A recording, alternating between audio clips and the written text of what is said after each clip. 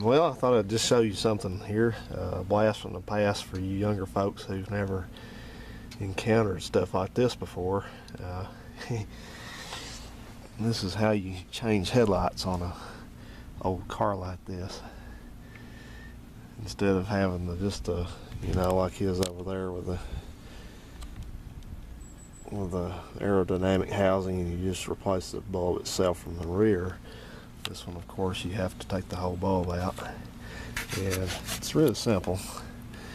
It's not simple when these bolts are rusted up, but it's pretty simple otherwise. You got on this one you got 4 screws here and here that hold the retaining ring in. There's a metal assembly back here that screws into, and you take those out, and that's what retains the headlight in.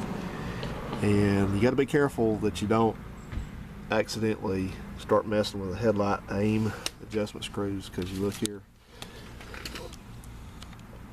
kind of hard to see. You see that there's one right there in the center, that's the up and down, and then you have another one over here on the side, that's the left and right.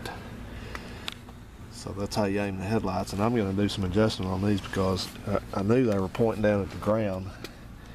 Seems like every car I've gotten recently has had weird headlights except that Honda. And so if you look at it, I don't know if you can see too well, but see how it's tilted down right there. So I'm just going to go ahead and make a quick and easy headlight adjustment here. And since I don't have the factory headlight adjusting machine, I'm just going to go ahead and eyeball this and put them, that's nice, put them with the match them up with the outsides. So that looks pretty good to me. I'm going to give it one more turn, I think.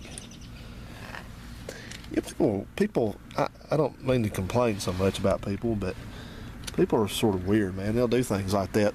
They'll aim headlights right down in front of the car,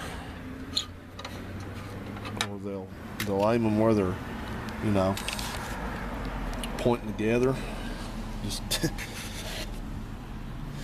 so let's take some of these screws out here. See how. Oh yeah, that's gonna be a problem.